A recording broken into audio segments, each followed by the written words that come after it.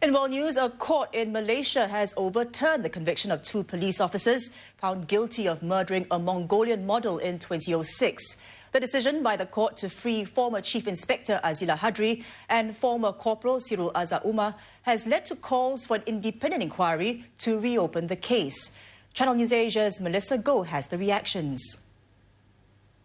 Basically, the Court of Appeal three-member panel felt unanimously there are just too many missing links in this case, too many flaws that render the conviction of the two police officers unsafe. Examples that they cited include failure of the trial judge to call material witnesses, to consider defense of alibi, and failure to examine the contradiction of evidence given by witnesses, and above all, failure to find whether there's a pre-hatched plan to kill the Mongolian model, and also to link the explosives to the two police officers. Now, so the conduct of the prosecution in the case was highly questionable. Now, with Sirul and Azilah now acquitted, as well as Razak, the former close aide of Prime Minister Najib, acquitted much earlier, basically it means that we now do not know who killed the Mongolian model, let alone who ordered the killing and why. Now, it's unclear whether there will be a retrial and whether the police will reopen investigations. The prosecution said that they will appeal against the acquittal to the highest court. So we'll have to wait and see. Now, that's why it's very hard, analysts say, just what sort of